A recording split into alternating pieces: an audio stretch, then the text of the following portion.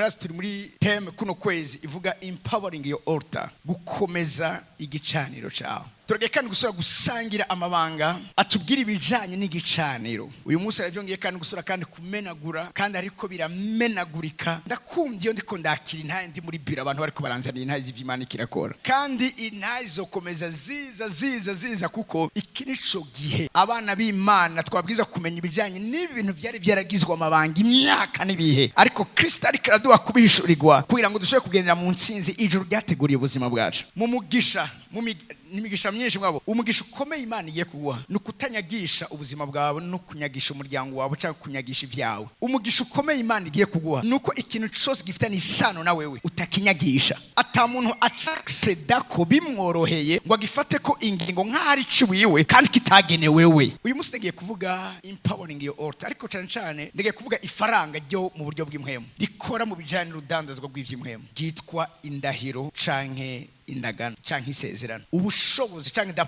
power of vow, ubushobozi bw'isezerano n'indagano ku gicane. Genda mu Bacamanza igice ni ca 11, musomere umurongo wa mbere gushika ku murongo wa 4 wa gatatu, hama twaca dusimba tuje ku murongo wa 29. Maze hari Yefuta umugireyadi kandi yari umuhizi w'inkomezi, yari yavutse kuri Maraya n'umuhizi w'inkomezi, ariko yari yavutse kuri Maraya. Iryo jambo muri gumane, nubwo ari umuhizi w'inkomezi ariko ubuzima bwatumye avuka kuri Maraya. Ndashaka mutahure kino kintu, siwe yatumye avuka kuri Maraya. Uko yavutse siwe yabihisemwo, ariko hari abantu babimuhoye. Nkuko no ngaha muri kino kibanza hari abantu kungene bavutse, iyo bavutse canke aho bakomoka sibo babihisemwo, ariko nature, ariko societe, ariko inshuti, abagenzi ndetse n'abandi baraje barabiguhora. Yefuta n'umuhizi ariko yavutse kuri Maraya. Nubwo ari umuhizi ntiyahisemo kuvuka kuri Maraya, mugabo haraza abantu babomye cyabaye kuri we ingene avutse kuri Maraya, bazi bafata ingingo iri injuste ku buzima bwa Yefuta. Uyu munsi tugiye gusangira ano majambo nizanese nakekeranya ko agiye kugufasha gutahura ukungene urubanza bagucira atari go rubanza utegerezwa kwakira no kwemera, ari navyo bwiza kugenderamo. Ingene amajambo bakuvuga ko atabwiza kuzaba ubuhanuzi ku buzima bw'iwawe. Hari babwiye ibintu ariko ravye mu buzima bwa ivyo babavuze ko nivyo vyabaye, ariko hari abandi bantu uhereye kuri Yefuta ivyo babavuze ko sivyo bakiriye, sivyo bagendeyemo, sivyo vyacitse ubuzima bwabo. Baraje baraprova abababwiye ayo majambo yuko bihenze. Ndagiye kubwira abantu muri kino kibanza bagiye guprova abo bakuranye, aho bavutse, abo bagendanye yuko ivyo bavuze ko atari vyo. Ariko yari yavuze kuri Maraya, yamuvyawe ko na Gireyadi. Umurongo wa 2,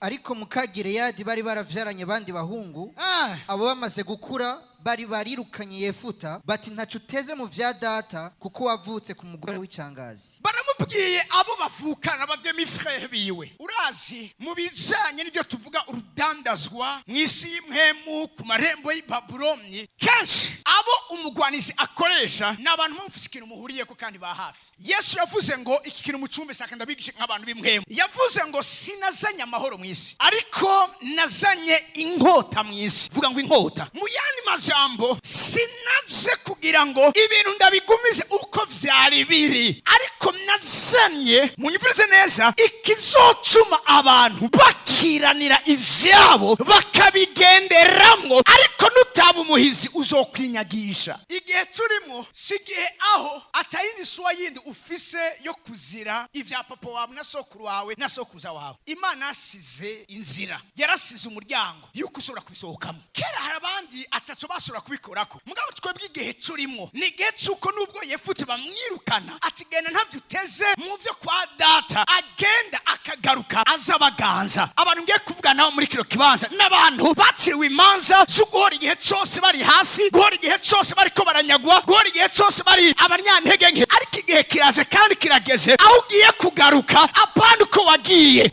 bakwirukanye ariko ugiye kugaruka nk'umwami. Muri societe bakwirukanye ariko ugiye kuyigarukamwo ufise ijambo rikomeye muri conseil d'administration. Igihe cyuko ibihe bihindurwa n'umwami vyageze. Hari ikintu bita ngo gasambura manza. Gasambura manza ntiwunguruza usura kuduga, niho hanyuma, niyo instance ya nyuma, niho bigarukira. Uku kwezi niho bigiye kugaruka.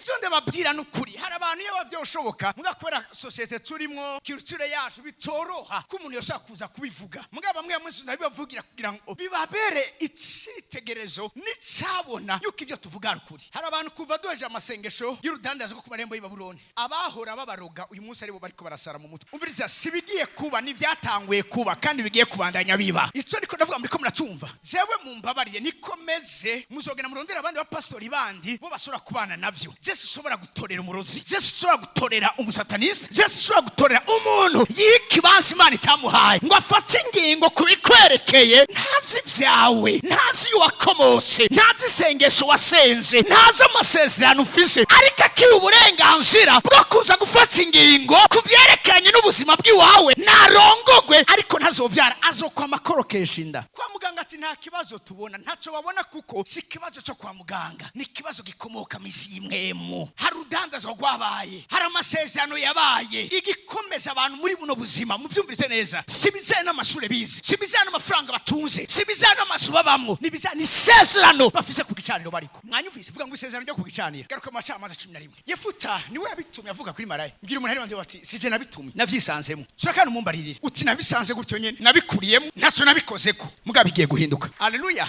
Maze Yefuta acahunga bene se aragenda aba mu gihugu c'Itobu. Abantu bimbura kimazi bakoranira kuri we bakagenda bambura abantu. Genda ku murongo wa 29. Inyuma yaho bategwa n'abantu bitwa Abamoni. Hari ubwoko bw'abansi Imana ikoresha mu kudusubiza mu vyo twakuwemo. Kujya abansi bose si babi. Hari abansi baba ibiraro vyacu bidusubiza mu kibanza twatakaje. Hari abansi hari ubwoko bw'abansi benshi. Bivuga ngo vyose n'abasavyi b'Imana. Kandi Imana yo nabonye ishobora gukoresha umwansi wayo mugabo agaserva inyungu zayo. Iyo ababansi Abamoni badatera, Yefuta ntihari gusubira aho yirukanye. Hari abansi Imana ikoresha mu kugirirwa neza kwacu, akagutera kugenda kwiyumvira, akagutera kuja gusenga, akagutera kwihangana, akagutera gukomera, akagutera kuja kugwiza inkomezi z'umutima ukagaruka urundi muntu. Nelson Mandela avuze ikintu gikomeye, aravuga ngo sinigera nanigwa mu buzima, swat ndiga canke nkabishobora. Iyo bigaragaye umengo vyananiye abandi, abantu umengo vyananiye mugabo jewe nize, either I learn or I win. Ntihigeze aha mu mutima wiwe ikibanza na gitoya cuko umwansi avuga ngo aha namuronse. Ngira umuntu hano bati ntugahe uruvugo umwansi wawe. Nico gituma reka ndababwire nk'abantu bimwemo, reka kwishura umwansi wawe kuri statue si gicaniro cyo kugwanirako. Igicaniro cyo kugwanirako ni ngaha ntibikenewe. Burya arabibona ati bwa bundi yarashikiriwe. No, Yefuta nta hamwe yigeze yishura abantu kuri statue. Si cyo bavukana mugabo yaragiye amakuru yiwe aramenyekana. Ndasenga Imana amakuru yawe amenyekane. Ni wa mundi twirukana ego, ni wa mundi twarenganya ego, ni wa ego nurya nyene mugabo ntakiri kwa kundi. Imana yaramugendereye, Imana yahico yakoze ku buzima bw'iwiwe n'uyundi muntu. Abamoni babateye abigiriyati abo bavukana na Yefuta barumvise amakuru ko Yefuta ari ntiyagiye kumarika ari Dodoma. Urazi mu bihe vy'ijoro, mu bihe vy'ubugaragwa ni kibanza ciza cyo kugwiza inkomezi z'umutima, si kibanza ciza cyo kurira. Hari abantu bagenda bakarira ico bungutse gusa nukurira gusa n'amaso gutukura akongera akavyimba nta kindi. Mugabo sinase kurira rira mugabo nyuma yaho wihanagure. Imana ibwira Ezekieli ego nivyo yaraheje kubura umugore wewe. Imana mubwira ati umviriza amarira yawe abe amavira mugabo wihanagure kandi uce wambara impuzu ugenda kuvugisha. Abahizi, listen to this, abahizi ntibabaho ubuzima bw'abandi bantu. Sinase uri umuntu ashobora kurira mugabo rira mundi mwanya ugenda ugwiza inkomezi z'umutima ugaruke ku rugamba. Kandi ndabibasavye ntukereke intege nke za umwansi wawe nubwo we bayagukubisa hababara. Ndabasavye reka kumwereka ko wababaye. Uraza je ubinyereke mugabo we ntabibona kuko bimutera intege zo kubandanya. Yefuta yaragiye agwiza inkomezi z'umutima, inyuma yabo baraza kumurondera basamubwira ati ingu tugwanirize Abamoni mugabo nawe acabashiraho pari. Arababwira ngo ninabagwanya nkabanesha uwo rakabana nanje muranyemerera ko ndabaganza. Nico batashaka, yaramenye neza ko yaguzwe. Mbabwira ikintu kimwe, ntiturunganwe go kureka ngo ibintu bife kugenda gutyo nyene. Iyo vyagiye tuzobikurikira Dawidi muri Samueli isikuragi, tuzobikurikira tubihanze twongere tubigarukane aho vyahoze. Haleluya. Kuko umvirize nivyo Imana yo guha ibindi mugabo hari ivyo batwaye dukeneye kandi hari ivyo batwaye bitagarutse n'ahandi uzobikura. Inyenyeri bakwivye Imana izokuremera izindi niziganye ziza kugaruka. Indoto bagutwa niziganye ziza kugaruka. Igikundiro bagutwa nikiganye kibiza kugaruka. Dawidi araheza asiguza Uhoraho ati mbega ninakurikira ico gitero nzoge nguku ingene abahizi biyumvira. Igitero cyabaye baturiye baratongora bivye batikije bagiye batwaye ibintu. Dawidi ahageze n'igisirikare ciwe duga hejuru gatoya batangura kurira. Ngira umuntu ati amarira yawe ni meza mu ruhande rutoya, ariko intambara zawe nizo zikomeye uruhande runini. Nimwaje muri iri yereko mubizi ngaha nta basivile mfise abasirikare giza gutoza ibijanye n'ivy'intambara buguruka amaso ukamenya ingene bagwanira ivy'iwabo kuko birashoboka. Vuga ngo birashoboka. Dawidi n'abantu be bashitse kuri ico gisagara niko gusanga bagize ikisomera bagituriye, kandi abagore n'abana babo b'abahungu n'abakobwa bagize iki bajanywe. None bari kuvyara abandi. Muga Dawidi ntabonye ko bibereye kuvyara abandi kuruta kugarukana bagiye. Umurongo wa 4 maze Dawidi n'abantu biwe bari kumwe nawe baraturikisha bagira bijugira bararira. Nturi wenyine na Dawidi n'abantu be bararira gushitsa bararize. Mucongiza avuga ngo until they could weep no more. Bana hari igihe urira yakwanza vyara abashikiye umwana akarira muga akagira ahantu amarira hera agasigara ariko araririmba yarize muga akora umwanya waheze amoso agahera azagira ngo rimwe na rimwe akavyibagira bacisha mu izina rya papa cyangwa mama wiwe agaca yibuka ko yareka ararira agacasura yumvise papa we hari n'abashaka kurira umunsi wose. Dawidi n'ingabo ziwe bararize until they could weep no more. Hari igihe urira nabo bakavuga ati nukuri nta namoso zingisigaje n'udutsi turekura amoso tugatinda tukuma. Ivyo sivyo bihagije. Umviriza ivyakurikiye ku murongo wa 5. Kandi abagore ba Dawidi bompi Ahinowabu, Yezireli na Abigayili yahora ari mukana Bari w'i Karumeli nabo bari bajanywe ari nyagara. Ibaze n'abagore ba Dawidi bari babatwaye. Next verse. Maze Dawidi agira intuntu nyinshi. Mbwira umuntu ndewe ngo kugira ngo Imana deblock ivy'iwawe ubwiza kugira intuntu nyinshi. Mubwira uwo muntu ari wande iwawe. Umviriza hari abantu ibihe bidashobora guhinduka kubera ko ntibarababazwa navyo. Baracabona ko bikigendeka. Ubukene barimwo sava onge turabibona we can manage, ariko utaragera ahantu ugira intuntu. Hari abana bavuka kubera intuntu. Ba Samweli ntibavuka kubera gupfa kuvuka. Ba Samweli bavuka kubera intuntu zana. Ukibona kakiri bisanzwe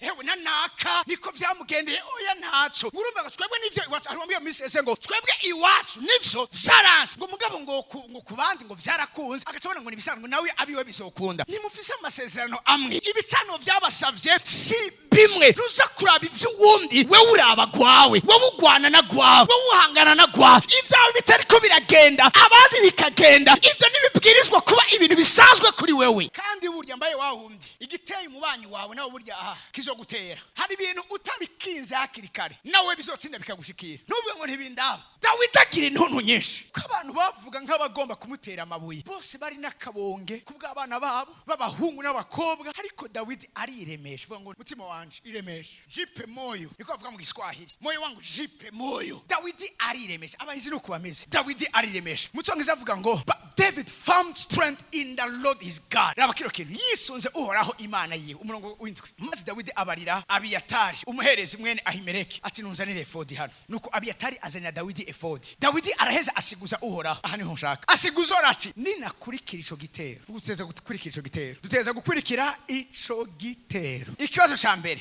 nzogihambye. Number 2 aramwishura ati nubakurikire kuko utazobura kubahambye. Ikindi ukabaka vyose. Naje kubwira abantu bitegure gukurikira ivyibwe bakabigarukana atana kimwe kivuyemo. Bakabigarukana vyose. Vuga uti vyose. Cyane gose vyose atana kimwe kivuyemo. Amahoro yose atana gatoya kabuzemo. Umunezero wose Imana imubwira ngo atana kimwe kivuyemo vyose. Ebabwiye wizera Imana bizogaruka vyose. Naho vyagiye birahantu bifiswe n'abandi. Gusa hari habuze inkomezi zo gukurikira ico gitero no kubigarukana vyose. Kandi kunyana Imana imubwiye niko vyagenze. Tugaruke rero kwa Yefuta. Ndababwiye gukomera k'umuntu hano muri nosi aho kuva. Maze muhemu uhoraho aza kuri Yefuta. Nawe aranyuranganya Igereyadi no mu Bamanase yari yagerageje ibiganiro biranga. Ngira umuntu ati ibiganiro mu vy'imhemu ntibishika. Mumbere umuntu ati ibiganiro mu vy'imhemu ni faranga ridakoreshwa. Iyo umuntu akeneye kugura ikintu he must pay. Mugabe iyo ugura ikintu teza gukoresha ico twita the currency isanzwe ikoreshwa aho hantu. Ugiye mu ruzo murahabona ugatwara amadolari cyangwa amayeho. Ngugiye kugura ifana baraguha ifana ntayo baguha. Talk to me. Bagira iki? Barayiguha ntayo baguha. Mugabo hari ahandi hantu ugenda uriha amadolari uriha n'amarumvi canke ayabasa n'ubakoresha barayakira. Mu vy'imhemu mone yitwa ibiganiro n'umwansi nikora ni dolari mu ruzo. mugabo isezerano ku gicaniro ni faranga rikora mu vyerekana n'intambara. Mwumvirize neza 30 ibiganiro vyanse munyuma bavuga ati nta kundi foko nja gutera, maze Yefuta asezerana Uhoraho ubushobozi bw'isezerano, asezerana Uhoraho ati niwagabura nivyo arakomba atubwiye kari umuhizi, mugabo ubuhizi bwiwe ntibukwiriye ntibuhagije kugira ngo ashobore gutsinda Abamoni. Mugabo arasezerana ati niwagabura Abamoni mu maboko yanje virgule mviriza 31 ngatabaruka amahoro mvuye kugwana nabo, uzobanza gusohoka mu nzu yanje gunsanganira azoba uwawe Uhoraho. Ni abatabarusi bariko baravuza impundu umunezero, umuntu azoza kumusanganira ubwa mbere, icambere kizoza avuze ngo kizoba icawe, mwene majambo kizoba kimazi icawe. Ngo ndabwire kino kintu, iyo ikimazi gishizwe ku gicaniro bikwega bihamagara bimotera impwemu z'ahantu hataboneka kuza aho hantu hari ico kimazi n'iryo sezerano. Mwandike neza kino kintu, ibintu bidasanzwe bifata ikibanza mu buzima bwacu biva ku bicaniro vy'ibanga bibitse canke that carry ico nita amasezerano, les pactes, les alliances ndetse n'ibimazi, les sacrifices. Ugukomera kw'abantu hano muri nosi ni intambara z'ibicaniro, ni gicaniro canesheje. Bamwe barazi kungene baranforce ibicaniro vyabo. Hari abantu babatwara amasoko atari kubera karabahanga mugakora ko bamenye monnaie d'échange ku gicaniro, bo barazi kungene baranforce ibicaniro vyabo. Namwe mugaca mugenda gusa ngurumva ngo ibintu ngo yaragize amashance mu buzima, gwewe yaratomboye sitombora, birafise aho biva. Ibidasanzwe mwe murabibona mukabona ibintu biko biragenda, mugabo abandi barazi kungene baranforce ibicaniro vyabo. Izo nizo ntambara twirirwamo. Bamwe bemeye baheba abana babo babijuju, abandi basakrifia uruvyaro rw'imfura zabo kugira ngo akomere ku buzima bw'iwabo. Uku kwezi n'ukwezi ko kuranforce ibicaniro. Yefuta amenya neza ko inkomeza afise ego mugabo ntizikwiriye, mugabo asezerana Imana ati icambere kizoza. Ukunyene yabisezeranye Imana amuhaye intsinzi. Ikibazo ushobora kuja twibaza twese, intsinzi Yefuta yarose yayironse kubera ubuhizi bwiwe gusa canke yarose intsinzi kubera Imana yakishikanwa yashikanye ku gicaniro mu buryo bw'isezerano? Ni kubera isezerano yasezeranye. Hari wa kabiri yitwa Hana amasiye keneye asenga, ariko Imana higeze imuha inyishu y'ivyo ariko arasengera. Inyishu yiwe yabaye imbaruzo y'isezerano nawe nyene yagize, atukantabaza umwana umuhungu ndamuguha. Ibijanye n'amasezerano ni monnaie d'échange ikomeye cyane ku bijanye n'amatransaction spirituelle. Ku bantu batabizi mukoma muri ko muri inyagisha, aho umuntu ari helpless, a pray for your enemy, umuntu without no protection. Mwibuke Yosuwa na Kalebu bagiye Kanani, babwiye Mose n'abandi bakuru, raporo ivuga ngo abo bantu ntimubatinye kuko icabakingira cabavuyeko. Mu Cyongereza avuga ngo they are only helpless, pray to us. Kubera ko abantu bari helpless, mbabwira ikintu kimwe, ikikuzigama ikikurinda ni sezerano riri ku gicaniro. Igikomeza igicaniro cyabo ni sezerano cyo ku gicaniro. Kuko nababwiye nta numwe apfa gukomera gutyo nyene, birafise aho biva. Ubwa mbere mwandike igicaniro ni kibanza cy'amasezerano. Altar is a place of vows. Isi y'imhemu irakunda cyane ikintu citwa isezerano, kuko ivyo nivyo bitanga ubumote bwiza. Imana imotegwa navyo ikaza aho hantu mu bavu uri kurava. Ico uri kurakora atamana irimwo, Imana itaza kubiraba, Imana itaza kubigenderera, uri kurinyagisha wowe nyene ubwawe. Igikwega imhemu ni sezerano. Ahari sezerano aho hantu haba ico twita the gathering of spirits, ihuriro ry'imhemu ziza aho hantu. Mukomeze mwandika kino kintu, amasezerano cyangwa isezerano ni faranga ku isoko y'imhemu. Vows are spiritual currencies at the spiritual gate or spiritual market. Isoko ry'imhemu mwumvirize ico ridandaza. Isoko ry'imhemu ridandaza ubwa mbere na mbere ubufura, heritage y'imfura, birthright. Hari abantu nonga muri kino kibanza nonga ubundi ubuzima bwawe bukoranye cyangwa bufatanye nisho nita imbuto y'ubukuru, the seed of greatness. Hari abantu ubishaka utabishaka, hari abantu bafise mu buzima bwabo imhemu y'ukuganza. Ahari abantu bose bumva ikirere c'uburongozi aho hantu. Uwo muntu ageze ahantu kubera ico kirere kigendana nawe, gitewe n'imbuto yo gukomera iri muri we, ikintu cyose kiza kiba munsi y'uburongozi bw'uwo muntu. Bese muri kino kibanza niko mumeze, mugabo bamwe baravyibwe. Kwe ngurasi ko kera urumva ngo ico nkoze ko cyaca giprospera, kwe ko musikida prospera. Hewe kera ibintu vyari yiruka, kera uravyumva abantu barampurumbira, kwe ko musota guhurumbira. Ku isoko ry'imhemu mu vyo bagurisha, mu article bagurisha harimo iyo mbuto y'ubukuru, the seed of greatness. Iyi uwitwa Rubeni barayigurishije.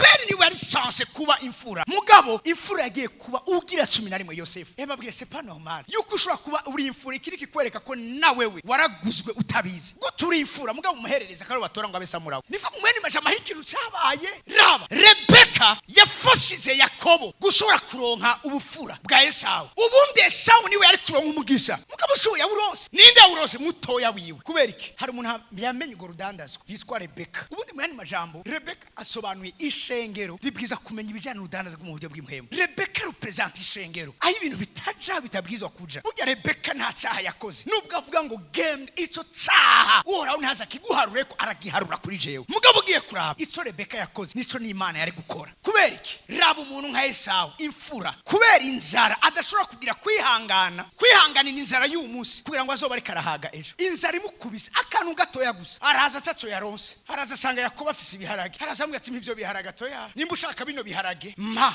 ubusamuragwa. Esau ati ubusamuragwa bumara iki ndiko ndapfa. Ico nico kikwereka ko Esau yabaye envoûté. Imana ibona kera yavuga ati uyu muntu amerita kuba ushobora gukomoka ko ihanga nitira kandi nishimiye. Ivyo nita envoûté muzoro umwanya kuvyagura mu gihe kigiye kuza. Tugira ni ma conference yandi menshi. Benshi bari envoûté batabizi. Babwira ikintu kimwe, amasezerano akomeye n'ayabahizi n'abahizikazi. Naye abantu bahagaciro ubuzima bwa siko muri ko murava muri kino kibanza. Hari abantu kubaho nabo kwabo ni kubera ko umugisha wabo waciye atariho. Ivyari gutuma ndabasikira kimwe. Muraza amafaranga yama yaje kugira ngo imfuvyi zige. Mugabe amafaranga y'Amerika aduza amagorofa y'abantu bakeye. Abana babandanya baheba amashure ku munsi. Muraza ifashanyo zama zatanzwe kugira ngo abamama bibungeze batishoboye bavyare bagirirwa assistance. Ayo mafaranga y'Amerika rubaka agura imiduga izimvye y'abantu bakeye. Abagore bariko barapfa uyu munsi. Ngoya ngo nta cesarienne ngo rondera ivyo bise abirondere gute. Harabagira hari ibintu vy'ukuru biravye. Narababwiye igishobora gukoreka ku muntu kirakoreka no ku gihugu. Nimba umuntu ashobora kugugwa n'ibihugu biragugwa. Mu vyo nashobora kubabwira iki gihugu caraguzwe ku marembo y'Ibabuloni. Hari ibintu bidasobanutse muri kino kinjana turimwo. Mugabo abo ni bande bakugisho babikoze kumumbabarire s'abanyepolitike. Ni shengero Rebeka. Rebeka avuga ati no umugisha nugenda kwa Esau. Esau umugisha ntazawukoza. Mugabo reka ukatire kwa Yakobo. Uyu niwe azovamwo abahizi ba Dawidi bazokomoka mu Yesu, azokiza amahanga. Vuga ngo isoko ryo mu buryo bw'imhemu. Ndabizi ko ni yambere bamwe mu vyumvise. Nababwiye hagugwa imbuto zo gukomera. The seed of greatness. Icyakabiri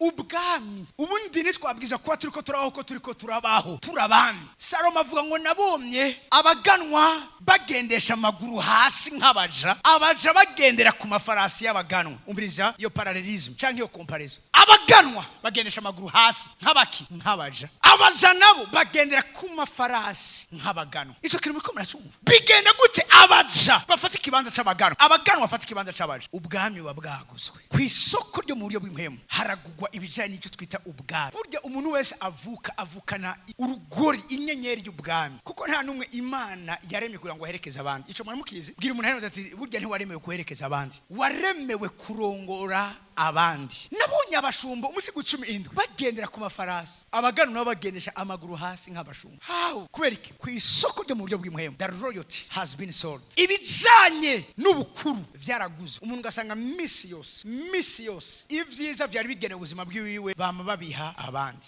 Ikindi ku isoko ryo mu buryo bw'imhemu hagugwa ico twita les grâces, spiritual abilities to access to great things that others are wishing to have. Yo tuvuze ubuntu, les grâces. Ujya umuntu afise grâce y'iki kintu. Uwo muntu afise capacity, spiritual abilities kuronka access ku bintu bikomeye abandi bifuza. Michael Jordan yavuze ngo bamwe barabirota, abandi bakavyifuza, abandi bakabikora. Some wish it to happen, other wish it to take place, but others make it happen. Twebwe turi ico nita the doers, ababikora, abatuma biba, apana abantu bavyifuza. Ngurumva ngo nukuri ngo turifuza kuzobona mu iki gihugu, urumva turabo gutuma biba. Ngo utifuza ko n'umuryango wanje uteye imbere, uri wo gutuma umuryango wawe uteye imbere. Nabwe Imana yatuzanye ahantu heje kwaranje ibintu byose no gukora ibintu byose. Yatuzanye ahantu tuza gukorana nayo kugira ngo bidatunganye bishobore gutungana. Ico nico gikorwa c'ishengero muri kino gihe. Warizewe kugira ico bikoze kugira ngo bifate ikibanza. Kwisoko ryo mu buryo bw'imhemu hagugura uvyaro. Mwari musikara abantu ivyaro zabo zaguzwe. Nico gituma sometimes ndatangara kubona abakristo ba kino gihe sinzi wabarozi. Akadakaragiyeyo ujutangura no kukarondera.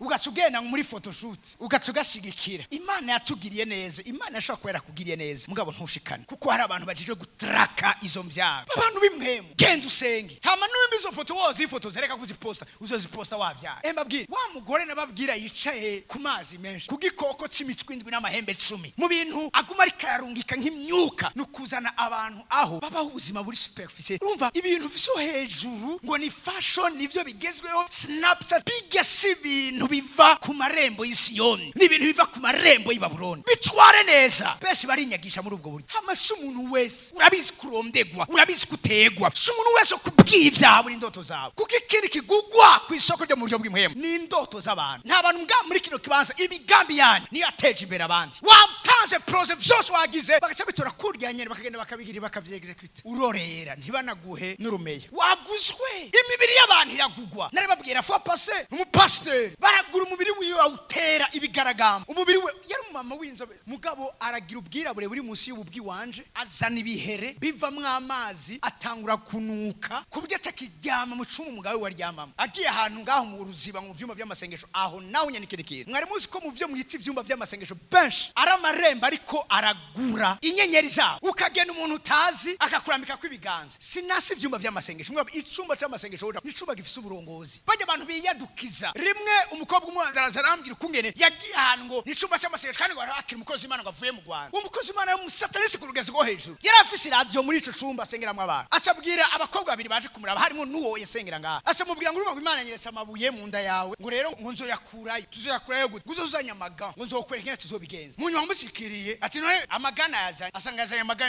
yo koga hato yasayo nashaka njya kwa muganga ati none ushaka kuyakurayo gute ayo mabuye ngo wowe uraza kumera nk'umugore ngo ari kubise wageze kuvyara hanyuma ngo ndabikureyo bamwe basambanywa muri ubwo buryo abandi bashigwamo ibintu mugabo agata none basi nta n'ubwenge bwo mwishure mufise nubwo ivy'imhemu turamubitahura nta n'ubwenge bwo kurusi mufise umuntu akubwira ngo kura impuzu ugakura mwabaye gute uwundi uwo mukozi w'Imana ngo gena ngunzanire ngumunyu ngo ibiro 5 ngo n'amavuta yerayo amacupa 5 amavuta yerayo sivu furazimvye sakoresha no nizuse gusa gutanganye akoreka ibintu vy'imhemu hama kwamvute ivyo bintu vyitwa ivyuma nta mwana wirishe ndabisubiyemo nta mwana ari munsi y'iyereko nemera kuja mu cumba c'amasengesho uraza ugira icumba c'amasengesho ngaha uraza abazamu babahari aha amahuguruye uze ufukame ngaha naye ngurumva ngo mukamengo harano hari imana ugendayo mugabe kimbabaza nuko ivyo muja gukurayo ari byo muca munzanira ngaha nanje namenye neza kuba ari ngaha naye nakwavertishije nzo kubwira nti usubira hari ahantu bagufashe kwereka imuza kuturuhisha ico cumba c'amasengesho samubwira ngo ubuntu bw'Imana bwarakuvuyeko ahantu muzosanga hari ubuhanuzi bwinshi kandi bwabahanuza abantu bamanza kuzunguruka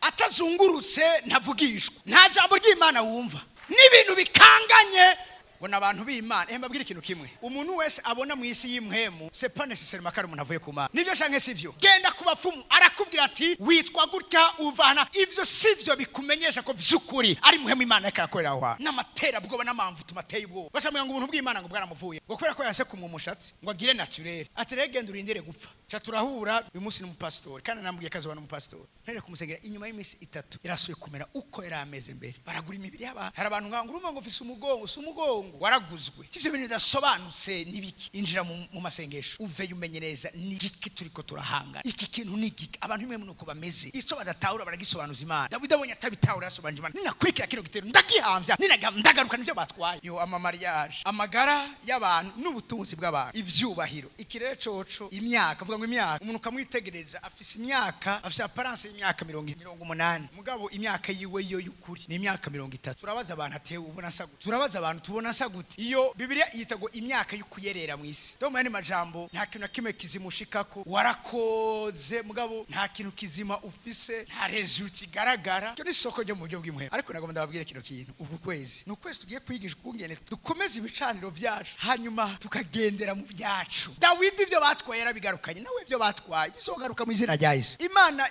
restore imyaka inzige zamaziko zirajya ibintu birashoboka nisho gituma aya majambo y'Imana yaje ubushobozi bw'isezerano ku gicana isezerano canke indagano ku gicana ni monnaie d'échange ni faranga ibi nzovyagura neza mu minsi igiye kuza ariko kuvuza umwanya reka umunsi ngarukirize ngaha Yefuta ntiyanejeje kubera ubuhizi bwiwe mugabo yanejeje kubera isezerano yashize imbere y'Imana Hana ntiyavyaye kubera gusenga kwiwe gusa Hana gusenga kwiwe yashizemo isezerano asezeranira Imana n'abandi benshi nashaka kubabwira ba Cornelio mu isezerano rishasha nico cyatse ngo ugusenga kwa no kugira ubuntu kwawe vyaraduze biba icibutse imbere y'Imana nico gitumye nza kukubwira ivy'Imana yantu haleluya mahagure ku maguru yanyu Imana ibahezagire